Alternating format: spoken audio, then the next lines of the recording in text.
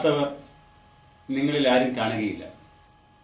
ഒരു ദിവസമെങ്കിലും മഴ നനയുകയോ മഴ ആസ്വദിക്കുകയോ ചെയ്യാത്തവരും കാണില്ല. മഴ ആസ്വാദനത്തിന്റെ തലത്തിൽ നമുക്ക് കാണുവാൻ സാധിക്കുന്നു. ചന്നം ഭിന്നം പെയ്യുന്ന അല്ലെ കോരിച്ചൊരിയുന്ന മഴ ആർക്കും ആസ്വാദ്യകരമായി തീരാറുണ്ട്. എന്നാൽ ഒരു യാത്ര പുറപ്പെടുവാനായി അതിമനോഹരമായി ഡ്രസ്സ് ചെയ്ത് മുഹൂർത്തം തെറ്റിക്കാതെ വീട്ടിൽ നിന്ന് പുറത്തേക്ക് ഇറങ്ങുമ്പോൾ കോരിച്ചൊരിയുന്ന മഴ പെയ്താൽ അത് തീർച്ചയായും നമുക്ക് അസ്വസ്ഥതയാണ് ഉണ്ടാക്കുക. മഴയുടെ കാഴ്ചകൾ ഒരു കവിയെ സംബന്ധിച്ചിടത്തോളം, ഒരു കലാകാരനെ സംബന്ധിച്ചിടത്തോളം തികച്ചും ആസ്വാദ്യകരമായ ഒരു കാഴ്ച തന്നെയാണ്. ഒരു മഴ കാണുമ്പോൾ ഒരു നല്ല ചിത്രകാരൻ ചിലപ്പോൾ അതിമനോഹരമായ ചിത്രം വരച്ചേക്കാം.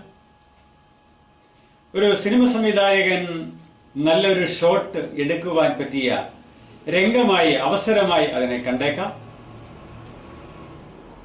നല്ല ഒരു മഴ കാണുമ്പോൾ അതിനെ അടിസ്ഥാനപ്പെടുത്തി അതിമനോഹരമായ ഒരു കഥ രചിക്കുവാൻ ഒരു കഥാകാരനാണെങ്കിൽ പരിശ്രമിച്ചേക്കാം, ഒരു കഥാകൃത്താണെങ്കിൽ അതിന് മുതിർന്നേക്കാം. അപ്പോൾ മഴ ഒരു നല്ല അനുഭവമാണ് എങ്കിലും ഒരു യാത്ര പുറപ്പെടുമ്പോൾ അല്ലെങ്കിൽ ചോരുന്ന വീടിന്റെ ഉടമയായിട്ടുള്ള ഒരു പാവപ്പെട്ട ഒരു ദരിദ്രയായ സ്ത്രീയെ സംബന്ധിച്ച് ആ മഴയുടെ കാഴ്ച, ആ മഴയുടെ അനുഭവം അതൊരു വെറുപ്പിന്റെയോ അസ്വസ്ഥതയുടെയോ ലക്ഷണമായി, അസ്വസ്ഥതയുടെയോ കാരണമായി മഴ മാറിയേക്കാം. ഇവിടെ മഴയെക്കുറിച്ചാണ് ഞാൻ പറഞ്ഞു വന്നത്. നമ്മുടെ എല്ലാവരുടെയും ജീവിതത്തിൽ ഒരേ കാര്യം തന്നെ രണ്ടു തരത്തിൽ അനുഭവപ്പെടാറുണ്ട്. ഒന്ന് പോസിറ്റീവായും രണ്ട് നെഗറ്റീവായും അനുഭവപ്പെടാറുണ്ട്. ഇത് ആ പ്രതിഭാസത്തിന്റെ പ്രത്യേകതയല്ല, മറിച്ച് നമ്മുടെ ആവശ്യങ്ങളോ നമ്മുടെ സാഹചര്യങ്ങളോ ആണ് പ്രധാനം. ഇതുപോലെ തന്നെ വ്യക്തി ജീവിതത്തിലും ഇതുപോലെ തന്നെയാണ്. ഒരു വ്യക്തിയെക്കുറിച്ച് നമുക്ക് നല്ലത് പറയുവാൻ കഴിയുന്നു, എന്നാൽ മറ്റൊരാൾ ആ വ്യക്തിയെക്കുറിച്ച് തിന്മ പറയുന്നു. വ്യക്തി ഒന്ന് തന്നെയാണ്. അദ്ദേഹവുമായി ബന്ധപ്പെടുന്ന രണ്ട് വ്യക്തികൾക്ക് രണ്ടു തരത്തിൽ അനുഭവപ്പെടുന്നു എന്ന് മാത്രമേ ഉള്ളൂ. ഇത് ഓഫീസുകളിലും അധികാരസ്ഥാനങ്ങളിലും ഇങ്ങനെയാണ്. മറ്റൊന്ന് വീടുകളിലെ അവസ്ഥയും ഇതുപോലെ തന്നെയാണ്. വീടുകളിൽ ഭാര്യ ഭർത്താക്കന്മാർക്കിടയിൽ അനവധി പ്രശ്നങ്ങൾ ഉണ്ടാകാറുണ്ട്. ഈ പ്രശ്നങ്ങൾ നമ്മൾ ഇങ്ങനെ നോക്കിക്കാണുമ്പോൾ ഭാര്യ വീട്ടിൽ കൊള്ളാത്തവളാണെങ്കിൽ നാട്ടിൽ നല്ലതായിരിക്കാം, സുഹൃത്തുക്കൾക്കിടയിൽ നല്ലതായിരിക്കാം.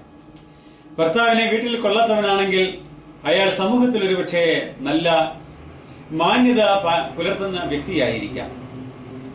ഇവിടെ വ്യക്തി ഒന്ന് തന്നെയാണ്, ഭർത്താവ് ഒരാളാണ്. പക്ഷെ അയാൾ വീട്ടില് ഭാര്യയ്ക്കും മക്കൾക്കും വേണ്ടാത്ത അവസ്ഥയിലായിരിക്കാം. പക്ഷെ സമൂഹത്തിൽ മറ്റുള്ളവരുടെ കാര്യങ്ങളിൽ വളരെയധികം ശ്രദ്ധിക്കുകയും പൊതുക്കാര്യ പ്രസക്തനായിരിക്കുകയും മറ്റുള്ളവരുടെ ബുദ്ധിമുട്ടുകളിൽ സഹതപിക്കുകയും അവരോട് തന്മയീഭാവം പുലർത്തുകയും ഒക്കെ ചെയ്യുന്ന ഭർത്താക്കന്മാരെ നമുക്ക് കാണാം. ഇവിടെ വ്യക്തി ഒന്നാണ്, പക്ഷെ രണ്ട് സമീപനങ്ങൾ പുലർത്തുന്നത് നമ്മൾ കാണുന്നു. കുടുംബത്തിലെ സമീപനം, പുറത്തെ സമീപനം. ഇത് ഈ വ്യക്തി ഒന്നാണെങ്കിലും അയാളുടെ സമീപനത്തിൽ വരുന്ന വ്യത്യാസമാണ്, അയാളുടെ മനോഭാവത്തിൽ വരുന്ന വ്യത്യാസമാണ്. കുടുംബത്തോട് അയാൾ പുലർത്തുന്ന മനോഭാവവും സമൂഹത്തോട് അല്ലെ സമൂഹത്തിലെ വ്യക്തികളോട് അദ്ദേഹം പുലർത്തുന്ന മനോഭാവവും രണ്ടു തരത്തിലാകുമ്പോഴാണ് ഇത്തരം പ്രശ്നങ്ങൾ ഉണ്ടാകുക. ഇത് മിക്ക കുടുംബങ്ങളിലും ഇത്തരം പ്രശ്നങ്ങൾക്ക് കാരണമായി തീരാറുണ്ട്. ഭാര്യയെ പഴിക്കുന്ന ഭർത്താവും ഭർത്താവിനെ പഴിക്കുന്ന ഭാര്യയും ഇന്ന് സർവ്വസാധാരണമായ കാഴ്ചയാണ്. ഇത്തരം അവസ്ഥകൾ പലപ്പോഴും വിവാഹമോചനത്തിന്റെ വക്കിലേക്ക് നീങ്ങുന്നത് നമ്മൾ കാണുന്നു. ഭർത്താവിനെ മനസ്സിലാക്കുവാനും ഉൾക്കൊള്ളുവാനും കഴിയാത്ത ഭാര്യ ഭർത്താവിനെ ഉപേക്ഷിക്കുവാൻ തുനിയുന്നു. ഭാര്യയെ ഉൾക്കൊള്ളുവാനും മനസ്സിലാക്കുവാനും കഴിയാത്ത ഭർത്താവ് ഭാര്യയെ ഉപേക്ഷിക്കുവാൻ തുനിയുന്നു. ഇത് നമ്മുടെ സമൂഹത്തിൽ ഇന്ന് സാധാരണമായി കാണപ്പെടുന്നു. നമ്മളൊരു പേപ്പർ എടുത്ത് ആ പേപ്പറിൽ ഒരു കർവ് വരയ്ക്കുക. ഒരു ചാപം വരയ്ക്കുക. ആ ചാപത്തിന്റെ രണ്ട് വശത്തു നിന്ന് നോക്കുക. ആ ചാപത്തിന്റെ ഒരു വശത്തു നിന്ന് നോക്കുമ്പോൾ അത് കോൺകേവ് ആയി കണ്ടേക്കാം, അടുത്ത വശത്തു നിന്ന് നോക്കുമ്പോൾ അത് കോൺവെക്സ് ആയി കണ്ടേക്കാം. ഇവിടെ വരച്ച ആർക്ക് ഒന്ന് തന്നെയാണ്, പക്ഷേ രണ്ട് വശത്തു നിന്നും നോക്കുമ്പോൾ വ്യത്യസ്തങ്ങളായിട്ടുള്ള കാഴ്ചകളാണ് നൽകുന്നത് എന്നുള്ളതാണ് പ്രത്യേകത. ഇത് കുടുംബജീവിതത്തിൽ വളരെ പ്രധാനപ്പെട്ടതാണെന്ന് ഞാൻ പറഞ്ഞു കഴിഞ്ഞു. കുടുംബജീവിതത്തിൽ ഇത്തരം പ്രശ്നങ്ങളെ നമ്മുടെ കാഴ്ചകളുടെ വ്യതിയാനത്തിലൂടെ കാഴ്ചകളെ മാറ്റിക്കൊണ്ട് നമുക്ക് പരിഹരിക്കുവാൻ കഴിയും. ഭർത്താവ് ഭാര്യയെ കാണുന്ന ആ കാഴ്ച ആയെങ്കിൽ അതൊന്ന് മാറ്റുകയാണെങ്കിൽ ഭാര്യ നല്ലവളായിരിക്കും. ഭാര്യ ഭർത്താവിനെ കാണുന്ന കാഴ്ച ആയെങ്കിൽ ആ വീക്ഷണകോണം ഒന്ന് മാറ്റിയാൽ ഭർത്താവ് നല്ല വ്യക്തിയായി മാറും. ഇവിടെ വ്യതിയാനം വരേണ്ടത് നമ്മുടെ കണ്ണുകളുടെ കാഴ്ചയുടെ കരുത്തിലാണ്. ഇത് കൗൺസിലിംഗിൽ സർവ്വസാധാരണമായിട്ട് സംഭവിക്കാറുണ്ട്. ഭർത്താവിനെ കുറിച്ച് അനവധി പരാതികളുമായി കടന്നു വരുന്ന ഭാര്യയുടെ കാഴ്ച ആംഗിൾ വീക്ഷണകോണം അതൊന്ന് മാറ്റി കൊടുക്കുമ്പോൾ, അത് കൗൺസിലിംഗിലൂടെ ഒന്ന് വ്യത്യസ്തമാക്കി കൊടുക്കുമ്പോൾ ഭാര്യയ്ക്ക് ഭർത്താവിനോട് അതിയായ സ്നേഹം അനുഭവപ്പെടുന്നു.